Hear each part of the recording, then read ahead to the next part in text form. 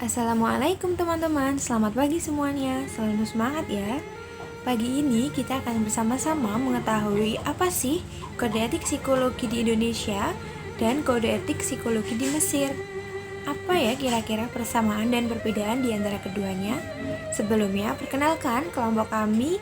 Yang pertama, Chandra Naiskarani NIM 9, Siska Yuniasih NIM 17, Ahmad Alif Surya Dharma NIM 20, dan Alfiantika Lukusuma Atmaja dengan NIM 24. Selamat menyimak. Selanjutnya adalah negara Mesir. Nah, Mesir ini memiliki nama resmi Republik Arab Mesir. Ada beberapa fakta mengenai negara Mesir. Yang pertama, Mesir adalah sebuah negara yang dengan sebagian besar wilayahnya terletak di Afrika bagian timur laut. Mesir juga digolongkan sebagai negara maju di Afrika. Mesir juga merupakan negara pertama di dunia yang mengakui kedaulatan Indonesia pada 17 Agustus 1945 dan luas negara ini sekitar 1,01 juta kilometer persegi. Teman-teman, selain itu, Indonesia dan Mesir ini memiliki suatu hubungan yang disebut dengan hubungan bilateral luar negeri antara Republik Arab Mesir dan Republik Indonesia. Kedua negara tersebut adalah negara mayoritas Muslim dengan minoritas non-Muslim yang signifikan.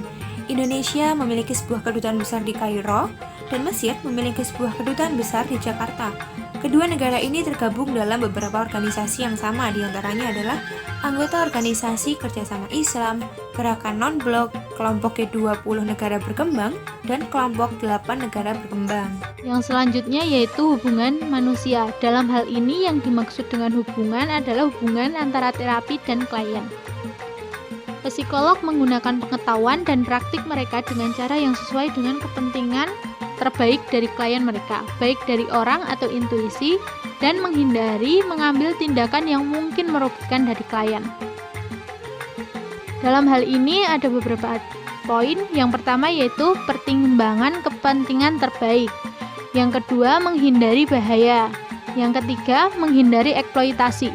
Dalam menghindari eksploitasi ada beberapa poin, yaitu menghindari keterlibatan seksual, menghindari keterlibatan seksual oleh klien, dan menghindari pelecehan lainnya. Poin yang selanjutnya yaitu hubungan ganda. Hubungan ganda adalah hubungan profesional dengan klien ketika psikolog mengambil peran tambahan atau terlibat dalam hubungan dengan seseorang yang terkait erat dengan klien, atau psikolog menjanjikan hubungan masa depan dengan klien atau dengan seseorang yang terkait erat dengan klien. Dan yang selanjutnya yaitu menghindari penyalahgunaan. Yang ketiga ada tanggung jawab. Konselor menyadari tanggung jawab profesional dan ilmiah mereka kepada orang dan intuisi yang mereka layani dan masyarakat tempat mereka tinggal. Psikolog menyadari kualitas dan konsekuensi dari aktivitas profesional mereka, serta fakta bahwa orang lain menganggap mereka sebagai perwakilan dari bidang ilmiah. Ada beberapa poin. Yang pertama adalah tanggung jawab etis, menjaga kerahasiaan catatan, penggunaan informasi rahasia untuk tujuan didaktik atau tujuan lain. Yang selanjutnya yaitu tanggung jawab untuk menginformasikan secara akurat. Dalam hal ini persetujuan yang diinformasikan untuk layanan, di mana ada persetujuan dari klien jika kita ingin membagikan informasi dari klien tersebut. Dan yang keenam yaitu tanggung jawab lanjutan atau tambahan. Poin yang keempat adalah integritas. Psikolog mengadopsi prinsip akuransi, kejujuran, dan netralitas dalam sains, pengajaran, dan praktik psikologi. Psikolog menghindari merugikan klien melalui penipuan atau kesalahan menyajikan fakta yang disengaja. Psikoterapis berusaha menepati janjinya dan menghindari membuat janji yang tidak realistis dan tidak jelas. Psikolog berusaha keras untuk memastikan integritas dalam penelitian, pendidikan, dan praktik. Psikolog netral menghormati semua orang dan semua institusi yang mereka tawarkan layanan, dengan jelas mendefinisikan peran mereka di semua bidang. Ada beberapa poin. Yang pertama yaitu menghindari pernyataan palsu atau menipu dalam memperkenalkan diri. Poin yang kedua yaitu penyediaan informasi yang akurat. Poin yang ketiga yaitu pengaturan dalam keuangan. Poin yang keempat adalah kejujuran dalam pernyataan publik. Poin yang kelima adalah pernyataan publik melalui media. Poin yang keenam adalah penghindaran pernyataan iklan.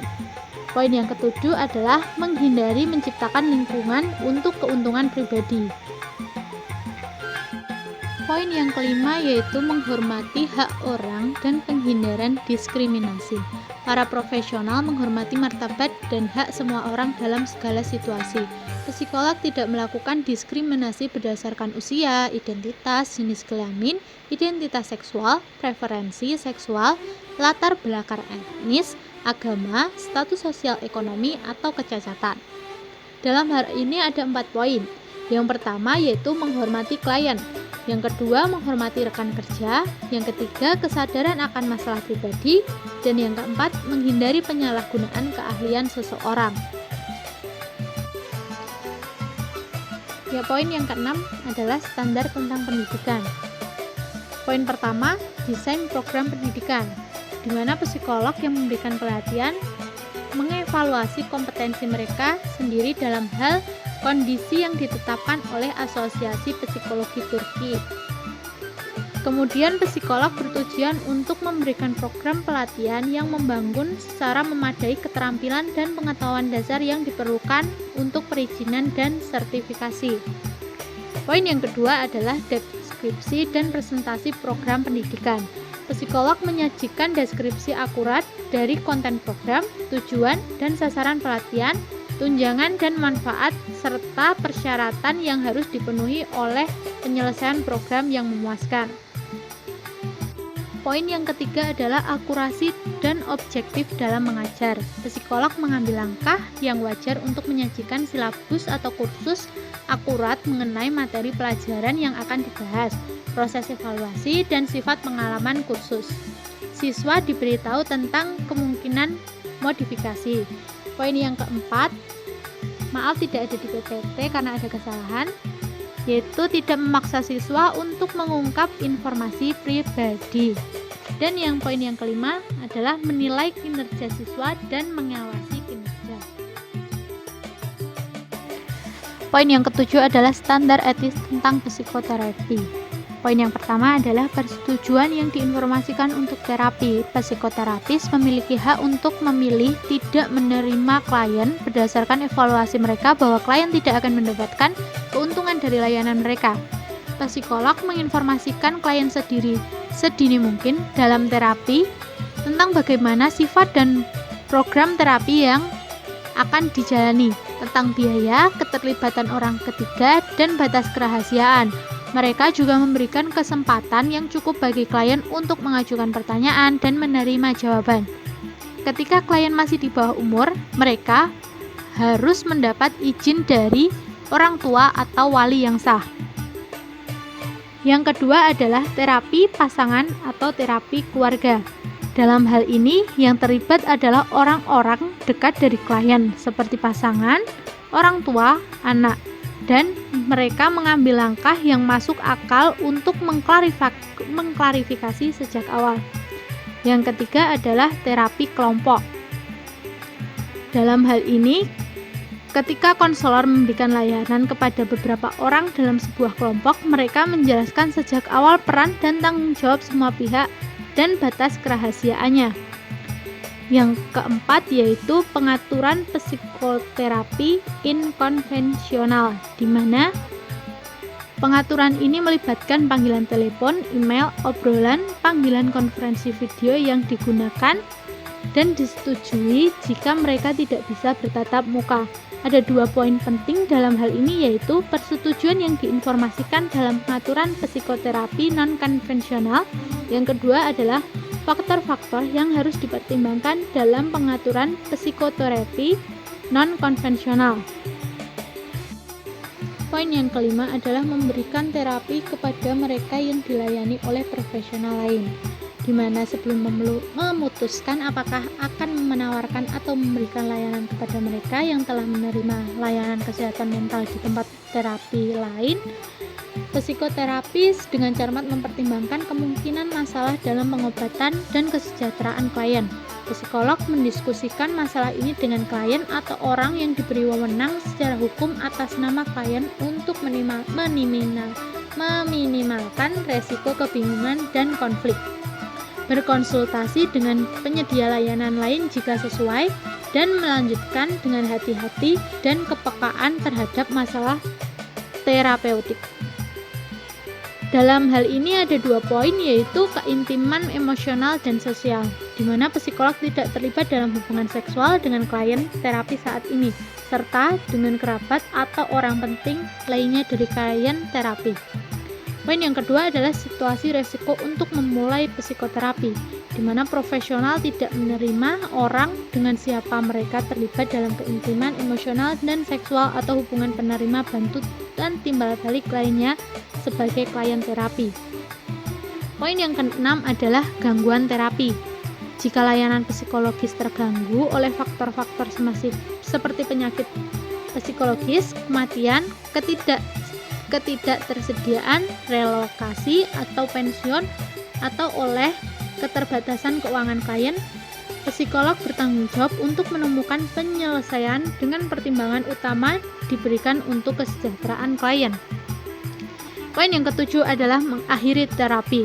Konselor menghentikan terapi jika sudah jelas bahwa klien tidak lagi membutuhkan layanan, tidak mungkin mendapatkan keuntungan atau dirugikan oleh layanan yang berkelanjutan. Psikolog dapat menghentikan terapi bila terancam atau sebaliknya. Sebelum penghentian, psikolog memberikan konseling pra-terminasi dan menyarankan penyedia layanan alternatif jika diperlukan. Poin yang selanjutnya akan dijelaskan oleh Chandra Neskarani. Baik teman-teman, selanjutnya adalah standar etis tentang penilaian. Bagaimana penilaian yang baik ini harus bisa diterapkan. Nah, ada beberapa poin dalam standar etis penilaian ini, seperti dasar-dasar dalam penilaian, bagaimana penggunaan asesmen, persetujuan yang diinformasikan dalam penilaian, kemudian pelepasan presentasi data uji, ada uji konstruksi, ada interpretasi temuan penilaian, kemudian penilaian oleh orang yang tidak berkualifikasi, kemudian tes usang dan hasil tes yang kadaluarsa, dan kemudian mengenai tes penilaian dan layanan interpretasi. Nah, poin-poin ini ada di dalam standar etis tentang penilaian. Bagaimana seorang psikolog atau ilmuwan psikolog bisa menerapkan ini di dalam profesinya. Oke, masih berlanjut ya teman-teman. Ada beberapa poin lagi seperti menjelaskan temuan penilaian, kemudian ada menjaga keamanan pengujian, kemudian berbagi materi penilaian untuk tujuan pendidikan, dan penggunaan pengujian yang tidak tepat. Semua ini sudah diatur dalam kode etik di bab ini. Selanjutnya lagi yang ke-9, yaitu adalah aturan etis yang mengatur penelitian dan publikasi.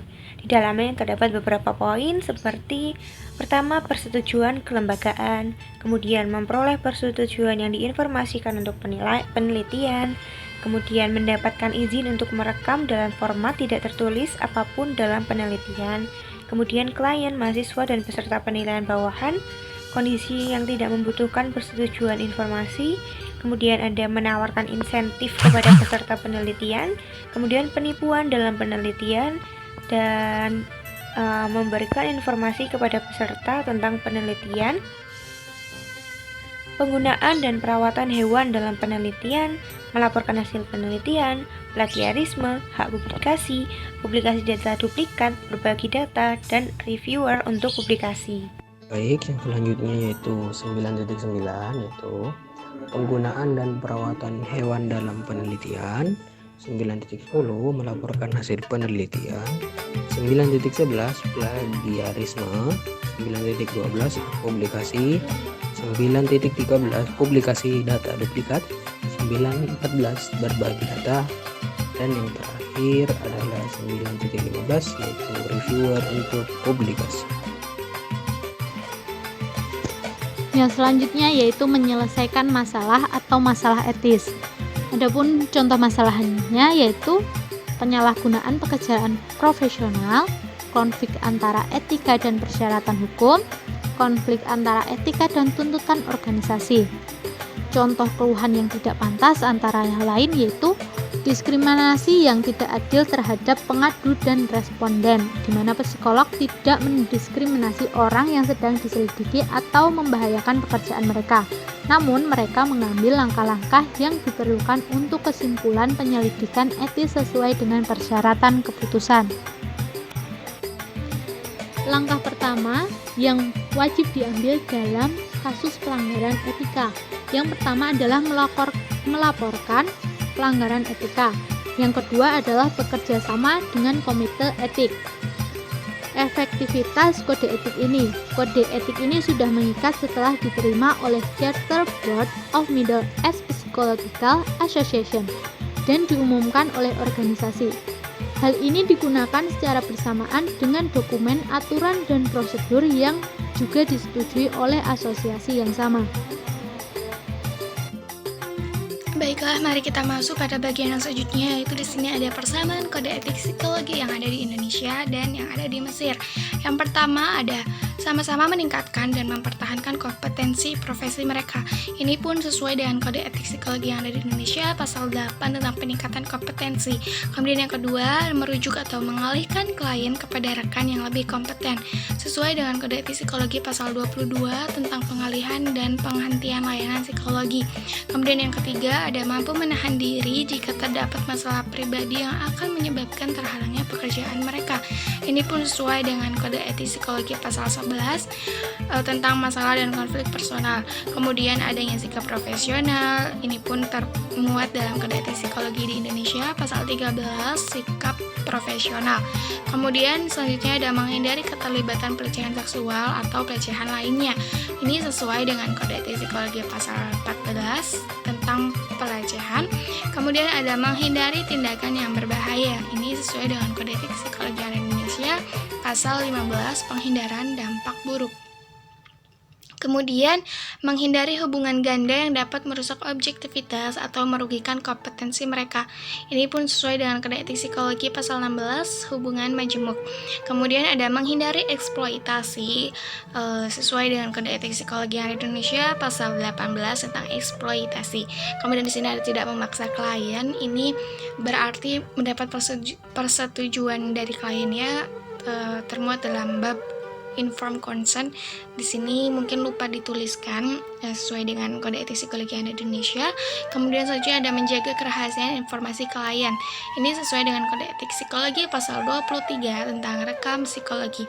Kemudian penggunaan informasi rahasia untuk tujuan didaktik atau tujuan lain dengan mematuhi syarat yang ada.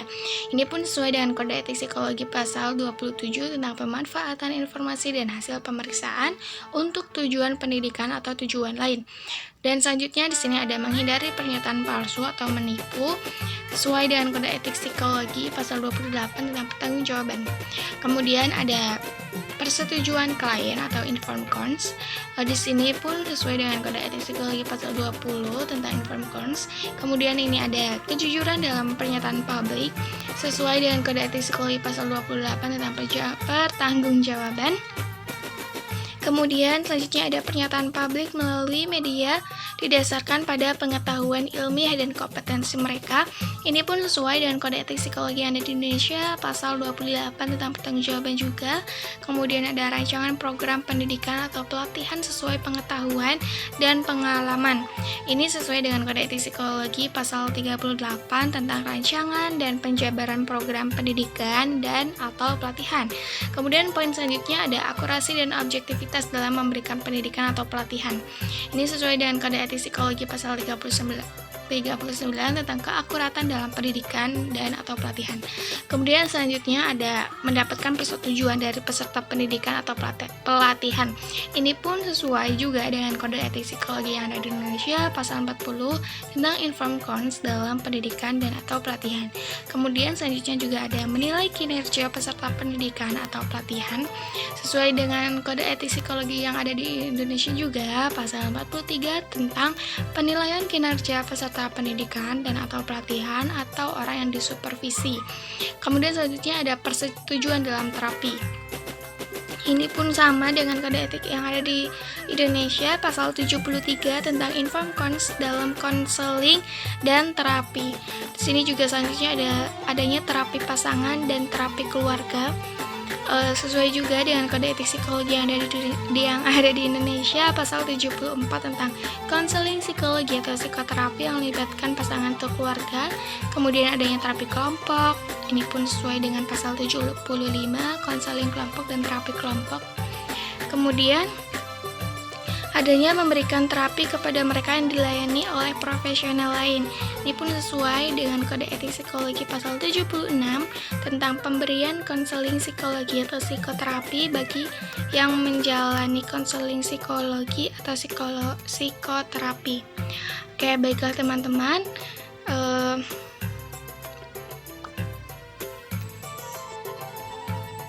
Oke, mungkin itu saja dari saya tentang persamaan kode etik psikologi yang ada di Indonesia dan yang ada di Mesir. Kemudian selanjutnya akan dijelaskan oleh rekan saya. Terima kasih. Baik, untuk perbedaan kode etik psikologi di Indonesia dan di Mesir, secara umum itu sama, namun yang sangat menonjol dari perbedaan ini adalah bagaimana pertama yaitu Indonesia memiliki asosiasi sendiri yang kita kenal sebagai HIMSI, sedangkan Mesir masih harus bernaung di yang namanya Asosiasi Timur Tengah, yang mana berarti Mesir belum bisa mandiri dalam membentuk kode etiknya sendiri dan masih sangat merujuk, bahkan hampir 100%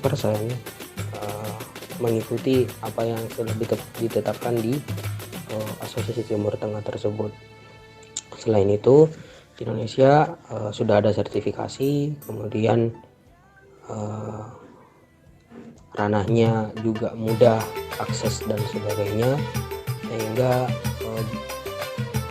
praktek psikologi yang diadakan di Indonesia itu lebih transparan di dalam